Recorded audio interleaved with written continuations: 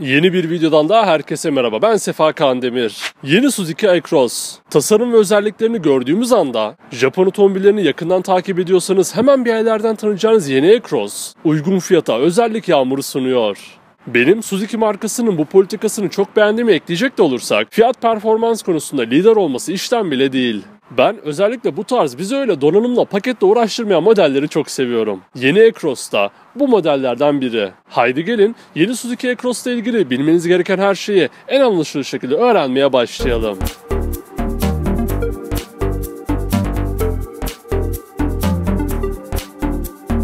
Yeni Suzuki e-Cross ilk kez 2020 yılında Japon devi Toyota'nın RAV4 modelini baz alarak yollardaki yerini aldı. Suzuki'nin Toyota ile yaptığı anlaşmanın ilk meyvesi olan e-Cross, tasarım özellikleriyle öne çıkıyor. Tianji'ye GK platformu üzerinde üretilen yeni e-Cross yönden baktığımızda kısık gözleriyle bize bakan bir surat görüyoruz. LED gündüz kaşlarıyla güçlü bir duruş kazanan ön tarafta farların ortasında marka logosu bulunuyor. Panjurun ön tarafı tamamen kapladığı yeni e-Cross'ta bu hamle onun daha büyük görünmesini sağlamış. Köşelerde ise sis farlarını görüyoruz. Gri renkteki lüks görünen difüzör onun daha premium görünmesini sağlamış. Yeni e-Cross'un Japon otomobil olduğunu kanıtlayan profil detaylarına hep birlikte bakalım. Yeni Suzuki e-Cross'un profiline geçtiğimizde sert köşeli tasarımın nasıl bir otomobilde uygulanabileceğine şahit oluyoruz. Benim en çok dikkatimi çeken profil detaylarının başında çamurluklar geliyor. Bir şapka misali tekerlerin üstlerini örten bu çamurluklara hala alışamadım. Hareketin ve keskinliğin bol olduğu profilde geniş yan camları görüyoruz. Yüksek duruşuyla arazi sürüşlerinde de size maksimum güven ve konfor veren yeni e-Cross çok iddialı. Jant seçeneklerinde ise 235, 55, 19 inçlik tek bir model yer alıyor. Renk seçeneklerinde nispeten cömert olan yeni e-Cross, açıktan koyuya 6 farklı dış renk seçeneği sunuyor. Benim görünce beğendiğim arka tasarım detaylarından hemen önce bizi abone olmadan takip eden sevgili izleyicilerimize kanalımıza abone olmalarını, videoyu beğenmelerini ve sevdikleriyle paylaşmalarını hatırlatmak istiyorum. Şimdiden çok teşekkürler. Yeni Suzuki e-Cross'un arka tarafına geçtiğimizde güçlü duruşun güçlü frenine şahit oluyoruz. Üst tarafta kenarlarında dahi rüzgarlıkları bulunan büyük arka cam hem kullanım hem de tasarımda tam puan alıyor. Stoplarda ise ön farlardaki gündüz ledlerinin yansımasını görüyoruz. Farların tamamlayıcısı krom parça ve Suzuki logosu bagajın üstünün yıldızları. Altında ise model isim yazıları bulunuyor. Tampon tarafında tasarımsal bir oyunla büyük bir imaj verilen arka tarafta gerçek egzoz çıkışlarına yer verilmiş. Ona tam arkasından baktığınızda gördüğümüz manzara etkileyici. Yeni Suzuki e-Cross boyutlarında ise cevsuz segment getirilerini karşılıyor.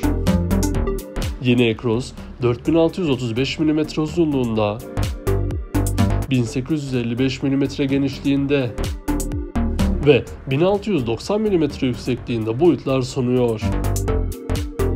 2690 mm dingil uzunluğu ise iç mekandaki yaşam alanında bize iyi bir alan vaat ediyor. İç mekan demişken vaatler ne kadar tatminkar, hep birlikte öğrenelim. Yeni Suzuki e-Cross'un kapılarından geçip iç mekana ulaştığımız anda bir logo değişikliğinin dahi ne kadar fark ettiğine şahit oluyoruz. Yanal ve baldır destekleri iyi olan kırmızı siyah renkteki koltuklara oturduğunuzda ellerinizin arasında Suzuki'nin modellerinde kullandığı direksiyon simidini görüyoruz. Tıpkı dışarıda olduğu gibi hareketin bol fakat göz yormayan cinslerin olduğu iç mekanda direksiyonun hemen arkasında hem analog hem de dijital gösterge ekranı bulunuyor. Araçla ilgili tüm bilgilere anlık olarak erişilebilen bu gösterge ekranının renkleri ve çözünürlüğü başarılı. Şık konsolun ortasına geldiğimizde adeta dikmişler gibi duran 9 inç büyüklüğünde dokunmatik multimedya ekranını görüyoruz.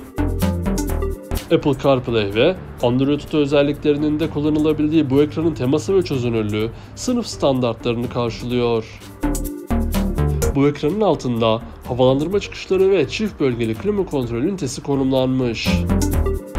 Onun altında koltuk ısıtma tuşları, USB ve 12 volt soket girişiyle saklama alanı bulunuyor.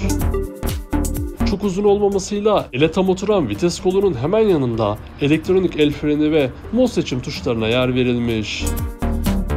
Üstü açık bardaklıklar ve derin saklama alanıyla kol dayama ise konsolun devamında sizleri bekliyor. Cam tavan ve ambiyans aydınlatma ise yeni Acros'ta yok.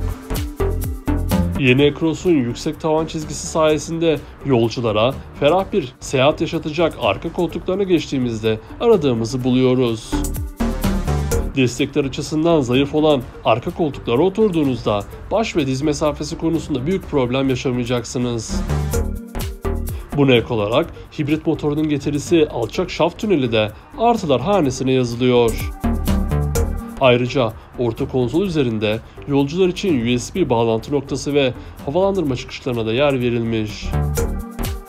Yeni Suzuki Acros'un bagajında ise arka koltuklar normal konumundayken 490 litre, arka koltuklara yatırdığınızda 1168 litre hacme sahip olacaksınız. Peki yeni Acros'un Japon kalitesini yansıtan güvenlik ve sürücü yardımcı özelliklerinde bizi neler bekliyor? Yeni Suzuki Acros'ta sizin ve sevdiklerinizin hayatını kolaylaştıran birçok aktif ve pasif güvenlik özelliği bulunuyor. Yeni Acros'un etkileyici sürücü yardımcı özellikleri arasında otomatik yanan uzun farlar, şerit dışına taştığınızda uyarı veren şerit takip asistanı, kazaları önlemeye yarayan önden çarpışma önleyici, kör noktanızdaki araçları fark etmenizi sağlayan kör nokta uyarı sistemi, aracın hızını trafiğin akışına göre ayarlayan adaptif hız sabitleyici ve çok daha fazlasına yeni Acros'ta sahip olacaksınız. Bir de buna Japon kalitesi ve güvenini de eklediğimizde geriye pek bir soru işareti kalmıyor. Yeni Suzuki Acros'ta tek bir motor seçeneği olarak var olan hibrit motoruna dair her şeyi hep birlikte öğrenelim. Yeni Suzuki Acros'ta şu an yalnızca benzin ve elektriğin bileşiminden oluşan hibrit motor geliyor. 2.5 litre benzinli, 134 kW'lık elektrikli motorun birleştiği bu sistemden toplamda 180 beygir güç, 270 Nm tork üretiliyor. Tamamen elektrikli sürüş menzili ise 75 km. Ayrıca yeni Acros e4 isimli 4 tekerden çekiş sistemine sahip. Bu motorun ortalama yakıt tüketimi ise 1 litre. Şanzıman tarafında ise çok oranlı otomatik e-CVT vitesle geliyor. Her şeyi güzeldi de bu CVT şanzıman onu satın almak isteyenlerde olumsuz bir intiba oluşturabilir. Yine de 4 tekerden çekiş sistemi, hibrit motoru, ekstra özelliklerini de eklediğimizde şansı hala yüksek. Yeni Suzuki Acros şu an Avrupa'da 45 bin eurodan başlayan fiyatlarla alıcılarını bekliyor.